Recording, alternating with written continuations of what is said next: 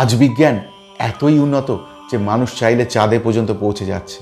আর এই পৃথিবীতেই রয়েছে এমন এক জায়গা যেখানে আজ পর্যন্ত কোনো মানুষ পা রাখতে পারেনি, যা যুগ যুগ ধরে রহস্যের চাদরে মোড়া। আর বিজ্ঞানও এই নিয়ে বিশেষ কিছুই বলে উঠতে পারেনি। হ্যাঁ, আপনারা ঠিকই ধরেছেন, আমি কৈলাস পর্বত সম্পর্কেই বলছি। কৈলাস এমন এক পর্বত যাকে সব থেকে বেশি পবিত্র এবং তার সাথে সব থেকে বেশি রহস্যময় বলা হয়। কথিত আছে এই পর্বতে ভগবান শিব পার্বতী বসবাস করেন। তবে সবটা যে ধর্মমত অনুসারে বলা হচ্ছে ব্যাপারটা তাও না। বিভিন্ন সময়ে এমন এমন ঘটনা, এমন এমন তথ্য সামনে উঠে এসছে যা যে কোনো কাউকেই ভাবিয়ে তুলতে বাধ্য।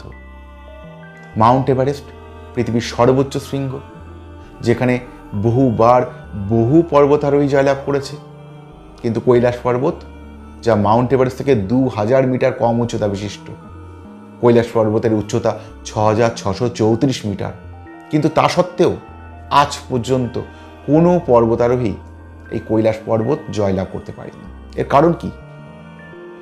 বিজ্ঞানীরা বলে এই কৈলাস পর্বতের গঠন, এর বিন্যাস, এখানকার চুম্বকীয় ক্ষেত্র, এখানকার প্রাকৃতিক পরিবেশ এমন যে কৈলাস শৃঙ্গ আরোহণ করা প্রায় অসম্ভব। এই কৈলাস পর্বত নিয়ে বিভিন্ন ধর্মে বিশেষ গুরুত্ব দেওয়া হয়েছে। যেমন হিন্দু ধর্মে কৈলাস পর্বতকে শিবের বাসস্থান বলা হয়, জৈন ধর্মে কৈলাস পর্বতকে ঋষভদেবের মোক্ষপ্রাপ্তির স্থান বলা হয়, বৌদ্ধ ধর্মে কৈলাস পর্বতকে কাংরিনপোচে অর্থাৎ সৃষ্টির কেন্দ্র বলা হয়, বন ধর্মে এই কৈলাস পর্বতকে আধ্যাত্মিকতার কেন্দ্র বলা হয়। তাহলে একটাই পর্বত যাকে ঘিরে এতগুলো ধর্মে এত বিশেষ মাহাত্ম্য দেওয়া হয়েছে, এটা কি শুধুই কাকতালীয়, নাকি এর পেছনে অন্য কোনো কারণ আছে? উত্তরটা হয়তো কারোরই জানা নেই। বহু প্রাচীন কাল থেকে বহু পর্বতারোহী এই কৈলাস পর্বতে ওঠার চেষ্টা করেছে, কিন্তু হয় তারা মাঝপথে যাত্রা থামিয়ে ফিরে এসছে অথবা মৃত্যুবরণ করেছে। 1980 সালে একজন বিখ্যাত পর্বতারোহী রেনহোল্ড ম্যাসেনার কৈলাস পর্বতে আরোহণের চেষ্টা করেছিল, কিন্তু মাঝপথে যাত্রা থামিয়ে ফিরেও এসেছিল। আর ফিরে এসে বলেছিল এই কৈলাস পর্বতে রয়েছে এক অদৃশ্য শক্তি, যার ফলে এই কৈলাস শৃঙ্গে আরোহণ অসম্ভব। তারপরেও বহু সাইবেরিয়ান পর্বতারোহী চেষ্টা করেছে কৈলাস পর্বতে ওঠার। তাদের মধ্যে কেউ কেউ মৃত্যুবরণ করেছে, কেউ কেউ মাঝপথে যাত্রা থামিয়ে ফিরে এসছে। যারা ফিরে এসছে তাদের বক্তব্য হলো এই কৈলাস পর্বতের সময়ের মাত্রা একদম অন্যরকম।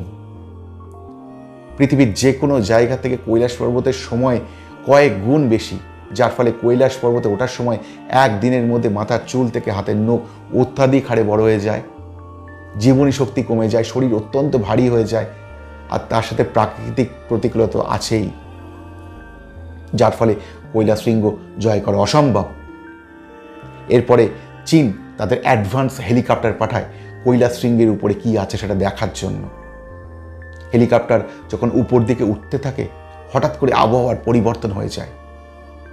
কৈলাস শৃঙ্গ ঘিরে ফেলে কালো মেঘ, আর তার থেকে মুহুর্মুহু বজ্রপাত হয়। তারপর কম্পাস বিকল হয়ে গিয়ে দিক নির্ণয় করতে না পেরে হেলিকপ্টার ফিরে আসে। তারপর থেকে চীন সরকার ঘোষণা করে দেয় চিরকালের মতো কৈলাস আরোহণ নিষিদ্ধ। পৃথিবীর একদিকে সুমেরু, আরেক দিকে কুমেরু, মাঝখানে হিমালয়, আর হিমালয়ের কেন্দ্রস্থল হলো কৈলাস পর্বত।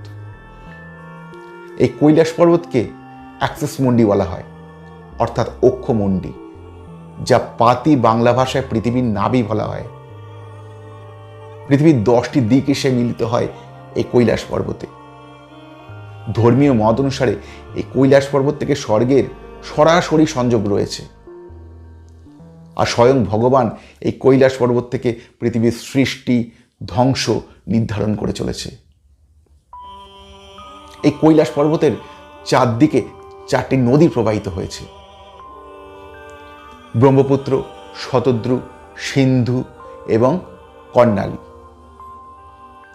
আর কৈলাস পর্বতের ঠিক পাদদেশে রয়েছে 2টি হ্রদ, একটা হচ্ছে মানস সরোবর আর একটা হচ্ছে রাক্ষসতা।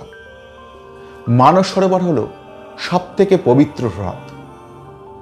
বলা হয় এই মানস সরোবরের জলে স্নান করলে সমস্ত নেগেটিভিটি বিলুপ্ত হয়ে যায়, শরীর মনে আত্মায় নতুন পজিটিভিটি সঞ্চার হয়। এই মানস সরোবরের জল ধীর, স্থির, শান্ত আর মিষ্টি জল। অপরদিকে এই মানস সরোবরের খুবই কাছে অবস্থিত রাক্ষসতাল, নামের মতোই এই হ্রদ ভয়ঙ্কর। এই হ্রদের জল নোনতা আর প্রবাহমান, সবসময় ঢেউ হয়ে যাচ্ছে। আর বলা হয় এই রাক্ষসতাল হলো পৃথিবীর সমস্ত নেগেটিভ শক্তির আধার। তাহলে একই উচ্চতায়, একদম পাশাপাশি, একই পরিবেশে থাকা সত্ত্বেও এই দুটো হ্রদের মধ্যে এত কেন অমিল, সেটা আজ পর্যন্ত বিজ্ঞান বলে উঠতে পারেনি। একটা সময়ের কথা বলি, আজ থেকে প্রায় 900 বছর আগেকার কথা। এই পবিত্র মানস সরোবরকে ঘিরে তিব্বতের বৌদ্ধ আর বন ধর্মাবলম্বীদের মধ্যে বাগবিতণ্ডা একেবারে তুঙ্গে উঠে গেছিল। দুই ধর্মের ধর্মগুরু মিলারেপা আর বংচংয়ের মধ্যে শুরু হয়েছিল কালো জাদুর লড়াই। যে জিতবে সেই পাবে মানস সরোবরের অধিকার। কিন্তু কেউ কাউকেই হারাতে পারেনি। তারপরে ঠিক হয় এই দুজনের মধ্যে যে সর্বপ্রথম কৈলাস শৃঙ্গ আরোহণ করতে পারবে সেই পাবে মানস সরোবরের দখল। সেই মতো মিলারেপা আর বংচং পৌঁছে যায় কৈলাস শৃঙ্গের পাদদেশে। একটা সময় বংচং প্রায় কৈলাস শৃঙ্গের কাছাকাছি চলে যায়, কিন্তু সে সময়ও মিলারেপা কৈলাস শৃঙ্গের পাদদেশে বসে ধ্যানরত অবস্থায়। হঠাৎ করে মিলারেপা দেখে কৈলাস শৃঙ্গ ঘিরে রাখা কালো মেঘের পুঞ্জ থেকে একটা সূর্যের আলো তার শরীরে এসে পড়েছে। আর সেই আলো অনুসরণ করে মিলারেপা বংচংয়ের অনেক আগেই পৌঁছে যায় কৈলাস শৃঙ্গে, নেয় মানস সরোবরের দখল। কিন্তু ফিরে এসে মিলারেপা কৈলাস শৃঙ্গে কি আছে সে নিয়ে বিশেষ কিছুই বলেনি। শুধু এইটুকুই বলেছে, কৈলাস শৃঙ্গে রয়েছেন স্বয়ং ভগবান। কেউ যেন কোনো দিনও এই পর্বতে ওঠার চেষ্টা না করে। দেবতাদের আবাসস্থলে মানুষ গিয়ে যেন কোনো দিন বিরক্ত না করে। এই কৈলাস পর্বতে সবসময় একরকম ধ্বনি বেজে চলছে। এর ভেতর থেকে শব্দটা আসছে। এটা হচ্ছে হিন্দু ধর্মের ওম ধ্বনি। অনেক যাত্রী অনেক সময় মনে করে খুব কাছ দিয়ে কিংবা খুব নিচ দিয়ে কোনো প্লেন যাচ্ছে, হয়তো তার শব্দ পাওয়া যাচ্ছে। কিন্তু না, কৈলাস পর্বতের উপর দিয়ে কিংবা আশপাশ দিয়ে কোনো প্লেন যেতে পারে না, যান্ত্রিক দুর্বলতার কারণে। আর সূর্যাস্তের সময় এই কৈলাস গাত্র বিভিন্ন রূপ নেয়।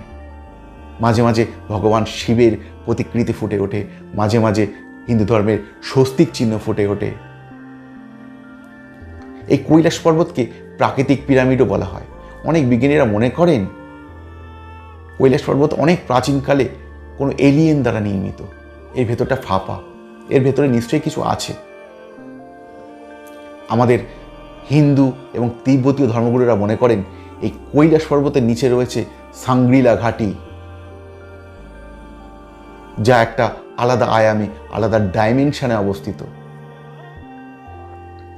যেখানে সময়ের মাত্রা প্রচণ্ড মাপে ধীর, যেখানে মানুষ যদি সেখানে একবার পৌঁছে যায় তো মানুষের বয়স সেখানে থমকে যাবে।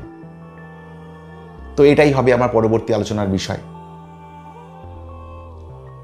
আর কৈলাস পর্বত নিয়ে প্রচুর তথ্য আছে, যা ছোট ভিডিওতে বলে ওঠা সম্ভব না।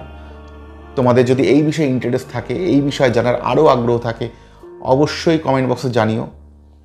আমি চেষ্টা করব সব কিছু একটা ভিডিওর মধ্যে তুলে ধরার। তাতে করে ভিডিওটা একটু লম্বা হবে, একটু বড় হবে, কিন্তু সব কিছু তুলে ধরার চেষ্টা করব। তো আজকের আমার এই পডকাস্ট, আজকের আমার এই আলোচনা যদি ভালো লেগে থাকে তাহলে অবশ্যই একটা লাইক করে দিও, আর চ্যানেলটা অবশ্যই সাবস্ক্রাইব করে দিও, আর বেল আইকনটা প্রেস করতে ভুলো না। তাহলে সর্বপ্রথম নোটিফিকেশনটা তোমার মোবাইলেই ঢুকবে।